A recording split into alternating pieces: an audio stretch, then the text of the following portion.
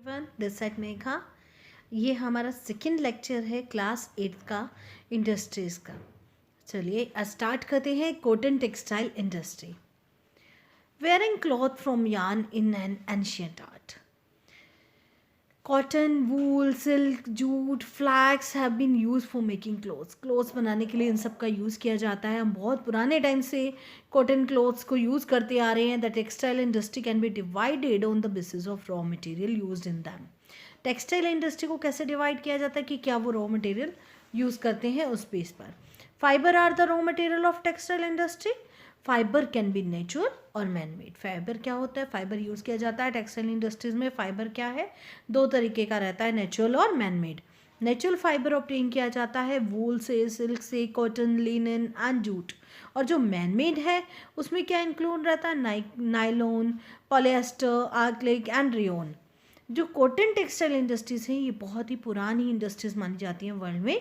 Till the industrial revolution in 18th century cotton cloth was made using hand spinning techniques. उस time पर cotton clothes के लिए किसके लिए यूज़ किया जाता था? हैंड स्पिनिंग टेक्निक्स का यूज़ किया जाता था, लूम्स का, व्हील्स का। इन 18th सेंचुरी पावर लूम, फिर उसके बाद क्या हुआ? हैंडलूम के बाद पावर लूम्स का यूज़ होने लगा, जिससे इससे डेवलपमेंट हुई कॉटन टेक्सटाइल इंडस्ट्रीज के अंदर। First in the great Britain, later in the other parts of the world. Today India, China, Japan, USA, यहाँ पर बहुत ये क्या है, इंपॉर्टेंट प्रोड्यूसर माने जाते हैं कॉटन टेक्सटाइल के। India has a glorious tradition of producing good quality cotton textile. India के अंदर क्या है कि बहुत अच्छी क्वालिटी के कॉटन टेक्सटाइल प्रोड्यूस किए जाते हैं। आप जानते हैं कि हमारा जो कॉटन है यहाँ का बहुत ज़्यादा फेमस है। So before the British rule से पहले इंडियन में क्या होता था? हैंड स्पन्स का यूज़ किया जाता था। And haven woven clothes already had a wide market. इनकी जो बहुत ज़्यादा मार्केट थी। The muslin of Dhaka, muslin क्या कपड़े की वैरायटी को कहा गया है। चिन्स ऑफ मसूलीपट्टनम, यहाँ पर ये नाम लिए गए थे। Calicoes of Calicut, gold rod, cotton piece of Burhanpur, Surat and Vadodara were known world wide for the quality and design. ये कपड़े की वैराइटीज़ हैं जो अपनी क्वालिटी और डिज़ाइन के लिए बहुत ज़्यादा फेमस थे। But the production of hand woven cotton textile was expensive. तो जो चीज़ हाथ से बनती है आपको पता है वो हमेशा महंगी होती है, लेकिन जो इंडस्ट्रीज़ के अंदर जो चीज़ें बनती हैं वो क्या होती हैं, वहाँ पर चीज़ें सस्ती पड़ती हैं। लेकिन जो हैंड कॉटन टेक्सटाइल थे वो एक्सपेंसिव भी थे और टाइम कंज्यूमिंग भी थे। Hence traditional cotton textile industry could not face the competition from the new textile mills of the west. लेकिन जो हैंड वूवन थे वो ज़्यादा टाइम तक ये कंपटीशन को फेस नहीं कर पाए जो उन्हें टेक्सटाइल मिल्स दे रही थी, क्योंकि वहाँ पर चीप और गुड क्वालिटी के फैब्रिक्स प्रोड्यूस हो रहे थे। The first successful modern textile mills जो इस्टेब्लिश हुई मुंबई के अंदर वो हुई थी 1854 में। द वार्म मॉस्ट क्लाइमेट, वहाँ पर क्या था कि क्लाइमेट कंडीशन ऐसी थी जो फेवरेबल थी उसके लिए। ठीक है, importing machinery, availability of raw material, skilled labour, इसकी वजह से क्या हुआ कि रैपिड एक्सपेंशन होने लगा। रैपिड यानी तेज़ी से एक्सपैंड होने लगी इंडस्ट्रीज उस एरिया में। इनिशियली यानी शुरुआत के अंदर जो इंडस्ट्री थी फ्लोरिश कर रही थी स्टेट्स ऑफ महाराष्ट्र में, गुजरात में, बिकॉज वहाँ पर क्या था कि फेवरेबल ह्यूमिड क्लाइमेट था। But today humidity can be created artificially, लेकिन आज क्या होता है कि ह्यूमिडिटी को आर्टिफिशियली क्रिएट किया जाता है ताकि हम कॉटन जो है वो ज़्यादा अच्छी प्योर कॉटन और not weight losing raw material हमें मिले। So this industry has spread to other parts of India. धीरे धीरे क्या हुआ कि ये दूसरे पार्ट्स ऑफ इंडिया में भी फैलने लगे। कोयम्बटूर, कानपुर, चेन्नई, अहमदाबाद, मुंबई, कोलकाता, लुधियाना, पौंडीचेरी, पानीपत, ये आज इसके इंपॉर्टेंट सेंटर्स बन चुके हैं। अब अगर हम बात करते हैं अहमदाबाद की, it is located in Gujarat on the bank of Sabarmati river. जो फर्स्ट मिल वॉज इस्टेब्लिश हुई यहाँ पर, ये हुई 1859 में। It soon become the second largest textile city of India after Mumbai. Mumbai के अंदर 1854 में है, अहमदाबाद 1859 में है। Ahmedabad is often referred to as the Manchester of India. Ahmedabad को क्या कहा जाता है? मैनचेस्टर ऑफ इंडिया भी कहा जाता है, क्योंकि यहाँ पर फेवरेबल लोकेशनल फैक्टर्स पाए जाते हैं जो रिस्पॉन्सिबल हैं कि टेक्सटाइल मिल्स को डेवलप करने के लिए अहमदाबाद में। Ahmedabad is situated in the heart of a cotton growing area. Ahmedabad कहाँ सिचुएट है? एक तरह से माना जाता है, इसका दिल माना जाता है कॉटन ग्रोइंग एरियाज का। This ensure easy availability of raw material. The humid climate is ideal for spinning and weaving. यहाँ का जो मतलब यहाँ पर रॉ मटेरियल भी इजीली अवेलेबल है और जो क्लाइमेट है वो भी फेवरेबल है। द फ्लैट टेरेन एरियाज जो है वो फ्लैट है and easy availability of land is suitable for the establishment of mills. तो जो लैंड है वो भी सूटेबल है मिल्स के लिए। The densely populated states of Gujarat and Maharashtra ये प्रोवाइड करता है skilled and semi skilled labour. Well developed road हैं, रेलवेज हैं, नेटवर्क्स हैं जो परमिट कर रहे हैं इजी ट्रांसपोर्टेशंस को of textiles to the different parts of the country में। Thus providing easy access to the market. अब क्या होता है, जो चीज़ रेडी होगी वो इजीली मार्केट तक पहुंच पा रही है। Mumbai port near by फैसिलिट import of machineries and export of cotton textile. अब इससे क्या हो रहा है कि ये जल्दी जो पोर्ट्स एरियाज हैं वो मशीनरीज को इम्पोर्ट कर रहे हैं और एक्सपोर्ट कर पा रहे हैं कॉटन टेक्सटाइल्स को। But in the recent years Ahmedabad textile mills have been having some problems. कुछ प्रॉब्लम्स वहाँ भी फेस हो रही हैं। Several textile mills have close down. कुछ मिल्स क्लोज हो गई हैं। This is primarily due to the emergence of new textile centers in the country as well as non-upgradation of machines। क्योंकि मशीन्स को अपग्रेड नहीं किया गया है टेक्नोलॉजी के अकॉर्डिंगली, इस वजह से अहमदाबाद को कुछ प्रॉब्लम्स फेस करनी पड़ रही हैं।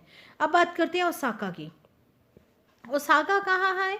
ये एक टेक्सटाइल सेंटर है जापान का जिसको मैनचेस्टर ऑफ जापान माना जाता है। The textile industry developed in Osaka due to the several geographical factor. The industry plain around Osaka ensured that land was easily available for the growth of cotton mills। जो land है वो काफ़ी उसके लिए अच्छी है कॉटन मिल्स के लिए। वार्म ह्यूमिड क्लाइमेट है किसके जो सूट करता है स्पिनिंग एंड विविंग को। द रिवर योडो है जो वाटर प्रोवाइड कर रही है मिल्स को। लेबर इजीली अवेलेबल है।